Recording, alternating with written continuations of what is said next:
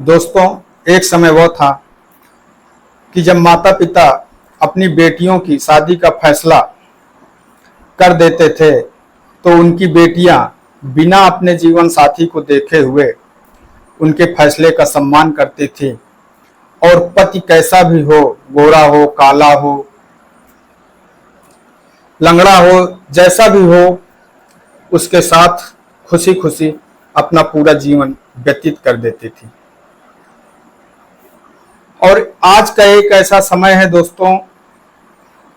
कि शादी से पहले हर माँ बाप की बेटियां या हर माँ बाप ये चाहते हैं कि उनकी बेटी का जो जीवन साथी है, उनकी बेटी वो अपने उस जीवन साथी को एक बार अच्छे से देखे, समझे, परखे और उसके बाद ही उसकी शादी का फैसला करते हैं। और हर लड़की अपने होने वाले जीवन साथी से एक बार मिलना चाहती है, बातचीत करना चाहती है। इसके बावजूद भी जब वो शादी का फैसला करती है तब भी वो शादी पूरे जीवन भर चलना बड़ा मुश्किल हो जाता है और आधे से अधिक रिश्ते बीच में ही टूटने की कगार पर आ जाते हैं। दोस्तों, आज की ये कहानी भी कुछ ऐसी ही है। जिस पत्नी अपने पति को छोड़कर देवर से इसलिए संबंध बनाने लगती है कि उसका मानना होता है, उसका कहना होता है कि पति से देवर कहीं ज्यादा अधिक सुंदर है और देवर से जो बच्चे होंगे वो अधिक सुंदर होंगे। इसलिए वो अपने पति को छोड़ करके अपने देवर के साथ संबंध बनाने लगती है और देवर के साथ भाग जाती है। दोस्तों, इस कहानी को पूरा जानने के लिए लास्ट तक जरूर सुनें। आपका अपना साथी सागर पटेल आप लोगों से बस एक ही छोटी सी अपील करता है कि अगर आप लोग मेरे इस चैनल पर नए आए हैं तो मेरे इस चैनल को लाइक और सब्सक्राइब जरूर करें। और आप लोग ये कहानी कहां से सुन रहे हैं कमेंट करके जरूर बताएं, जिससे कि हमारा हौसला बढ़ता रहे और आप लोगों के लिए ऐसी ही इंटरेस्टिंग कहानियां, सच्ची घटनाएं लेकर के आता रहूं। दरअसल दोस्तों, ये सच्ची घटना है मध्य प्रदेश के छतरपुर की, जहां पर छतरपुर की ही एक कॉलोनी में राजू पाल अपने माता पिता एवं अपनी पत्नी और अपने एक छोटे भाई के साथ में रहा करता था। राजू पाल की शादी को लगभग 10 साल बीत चुके होते हैं, पर राजू पाल को कोई भी औलाद नहीं होती। इस बात को लेकर के राजू पाल के परिवार वाले काफी चिंतित होने लगते हैं और वो राजू पाल को सलाह देने लगते हैं, राजू पाल से बात करते हैं और कहते हैं कि बेटा, अगर आप लोगों को कोई दिक्कत है तो आप लोग किसी अच्छे डॉक्टर को दिखाइए और अपना चेकअप करवाइए, क्योंकि आपकी शादी को 10 साल बीत गए हैं और अभी तक आपको कोई औलाद नहीं हुई है। और जब यह बात राजू पाल के परिवार वाले राजू पाल के माता पिता राजू पाल से कहते हैं तो राजू पाल अपनी पत्नी और खुद जाकर के अस्पताल में चेकअप करवाते हैं। और जब उस चेकअप की रिपोर्ट आती है तो वो नॉर्मल होती है। राजू पाल को ये बात समझ में नहीं आती, उसे लगता है कि हो सकता है कि जांच गलत हो। कई जगह वो कई डॉक्टरों से सलाह लेता है, कई डॉक्टरों के कहने पर वो कई अलग अलग डॉक्टरों से सलाह लेने के बाद कई जगह जांच करवाता है, पर हर जगह उसकी जांच नॉर्मल ही होती है। और यह बात देख करके सभी लोगों को बड़ी चिंता होने लगती है और सभी लोग बड़ा अचंभित होने लगते हैं कि आखिरकार जब सब कुछ नॉर्मल ही आता है, सारी जांचें और रिपोर्ट नॉर्मल ही आती हैं, तो फिर क्या दिक्कत है कि राजू को संतान नहीं होती। दरअसल बात यह होती है दोस्तों कि राजू पाल की पत्नी सुनीता पाल राजू पाल से बच्चे ही नहीं चाहती थी। उसका मन ये मानता था कि राजू पाल देखने में कम सुंदर है और जो उसका देवर होता है वो राजू पाल की अपेक्षा थोड़ा ज्यादा सुंदर होता है। इसलिए सुनीता को ऐसा लगता था कि अगर राजू पाल से हम बच्चे करेंगे तो वो कम सुंदर होंगे और अगर अपने देवर से बच्चे करेंगे तो ज्यादा सुंदर होंगे। इसलिए वो राजूपाल को उस समय में संबंध ही नहीं बनाती थी, राजूपाल के साथ उस समय संबंध ही नहीं बनाती थी जिस समय पीरियड का समय होता है और संतान सुख की प्राप्ति होने वाला समय होता है। उस समय सुनीता पाल कभी राजूपाल के साथ में संबंध ही नहीं बनाती थी और इस बात को राजूपाल कभी समझ ही नहीं पाया, क्योंकि राजूपाल की पत्नी जो सुनीता पाल होती है उसे राजूपाल से इंटरेस्ट कम होता चला जा रहा था और वो अपने देवर के साथ ज्यादा नजदीक होती चली जा रही थी, क्योंकि देवर कुछ ज्यादा हैंडसम होता है, देखने में सुंदर होता है और सुनीता मन ही मन अपने देवर से प्यार करने लगती है और वो अपने घर में ही देवर के साथ संबंध बनाने लगती है। ये बात न तो राजूपाल को पता लगती है और न ही राजूपाल के किसी परिवार वालों को, इसलिए कि राजूपाल की पत्नी चाहती थी कि अगर राजूपाल के अलावा हम अपने देवर के साथ बच्चे पैदा करेंगे, अपने देवर के साथ संबंध बनाएंगे, तो जो हमारे देवर से बच्चे होंगे वो अधिक सुंदर होंगे। उधर राजूपाल के परिवार की चिंताएं दिन का दिन बढ़ती जा रही थी। एक दिन राजूपाल का एक दोस्त होता है जो राजूपाल को एक सलाह देता है, राजूपाल से एक बात बताता है कि पड़ोस में ही एक पंडित जी रहते हैं और वो बहुत ही जानकार हैं और आप जाकर के एक बार उन पंडित जी से मिल लीजिए। अगर कुछ भी होगा, जो भी आपके परिवार में, जो भी आपके घर में समस्याएं होंगी,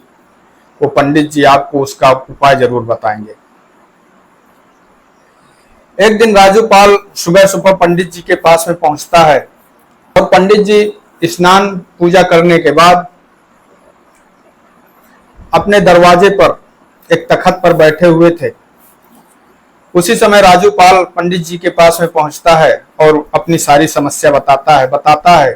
कि पंडित जी, हमारी शादी को 10 साल हो गए और हमने बहुत सारे डॉक्टरों से सलाह लिया, बहुत सारे जांचें करवाई, सारी जांचें रिपोर्टें नॉर्मल आती हैं, पर अभी तक हमें औलाद का सुख नहीं मिला, अभी तक हमें पुत्र की प्राप्ति नहीं हुई। और पंडित जी जब राजूपाल का हाथ देखते हैं और हाथ देखते हुए राजूपाल को बताते हैं कि आपके अंदर ऐसी कोई कमी नहीं है, आप दोनों पुत्र प्राप्ति के लिए पूरी तरह से तैयार हैं, बस आप लोग एक तरह से अपवित्र हो चुके हैं और इसलिए आप लोगों को मैं एक छोटा सा उपाय बताता हूं, आप लोग उस उपाय को कर लीजिए, आप लोगों को पुत्र की प्राप्ति जरूर होगी। राजूपाल कहता है कि गुरुजी जल्दी बताइए, आखिरकार ऐसा हमें क्या करना होगा जिससे हमें संतान सुख मिल सके। तब पंडित जी राजूपाल को बताते हैं कि आप अपनी पत्नी के साथ गंगा स्नान कर लीजिए और जब दोनों लोग साथ में गंगा स्नान करेंगे, गंगा स्नान के बाद आप लोगों को एक बहुत ही सुंदर पुत्र की प्राप्ति होगी। यह बात राजूपाल बहुत खुशी खुशी अपने घर आता है और अपनी पत्नी को बताता है और कहता है कि कल हम दोनों लोग साथ में गंगा स्नान करने के लिए चलेंगे और पंडित जी ने बताया है कि अगर हम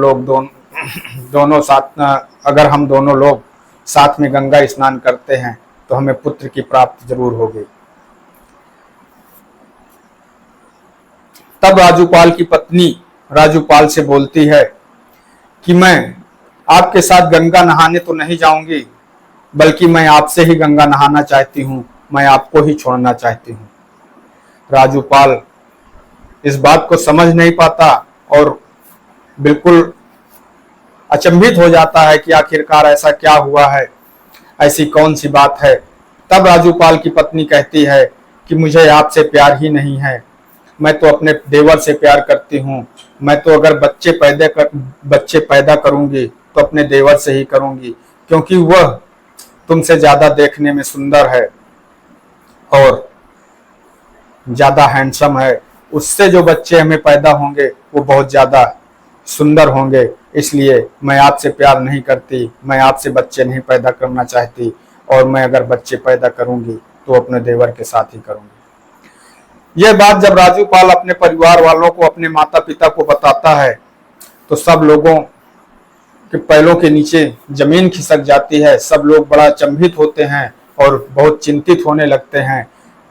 इस बात को लेकर के राजू पाल की माँ अपनी बहू और अपने छोटे बेटे दोनों को समझाने की कोशिश करती है और उनसे कहती है कि यह गलत है, इस तरीके नहीं होता है, यह अधर्म की बात है, ऐसा ना करिए। तब राजू पाल की पत्नी सुनीता पाल और उसका देवर दोनों लोग घर छोड़ करके भाग जाते हैं और कहीं जाकर के बाहर रहने लगते हैं। कुछ दिन समय बीतने के बाद राजू पाल की पत्नी सुनीता पाल राजू पाल के पास में मैसेज करती है और कहती है कि अगर आप लोगों ने हमें परेशान किया तो हम अपनी जान दे देंगे और इसके जिम्मेदार आप लोग होंगे, हम आप लोगों को फंसा देंगे। राजू पाल और राजू पाल का परिवार इस बात को लेकर के बहुत चिंतित होता है, बहुत परेशान होता है और उनका ये कहना रहता है कि वो जिसके साथ में रहना चाहती है रहे, पर कम से कम हमें फंसाने की धमकी न दे और हमें परेशान मत करे। पर सुनीता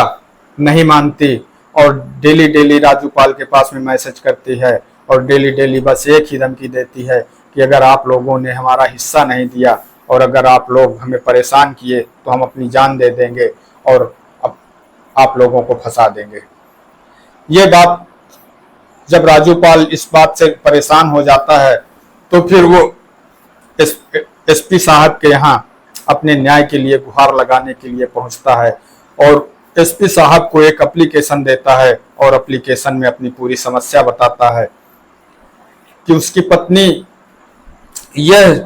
कह करके घर छोड़ करके भाग गई है कि वो कम सुंदर है, उसका देवर ज्यादा सुंदर है, इसलिए वो देवर के साथ रहेगी, देवर के साथ संबंध बनाएगी और मेरे साथ नहीं रहना चाहती है। सर मुझे कोई परेशानी नहीं है, आप मेरी मदद कीजिए, हमें कोई दिक्कत नहीं है, उसको जिसके साथ में रहना है उसके साथ में रहे। राजू पाल के माता पिता भी कहते हैं कि बहू को जिस बेटे के साथ में रहना है उस बेटे के साथ में रहे, पर हम लोगों को परेशान मत करे। वो हम लोगों को डेली मैसेज कर करके परेशान करती है और धमकी देती है, हमें बचा लीजिए। तब एसपी साहब एफआईआर दर्ज करने का आदेश देते हैं और एफआईआर दर्ज करने के बाद इस केस की जांच शुरू हो जाती है। तो दोस्तों इस कहानी को सुनाने का उद्देश्य किसी को ठेस पहुंचाना नहीं है, बल्कि आप लोगों को सतर्क करना है, सजग करना है। आपका दोस्त इन्हीं शब्दों के साथ आपसे विदा लेता हूं। जय हिंद, जय भारत।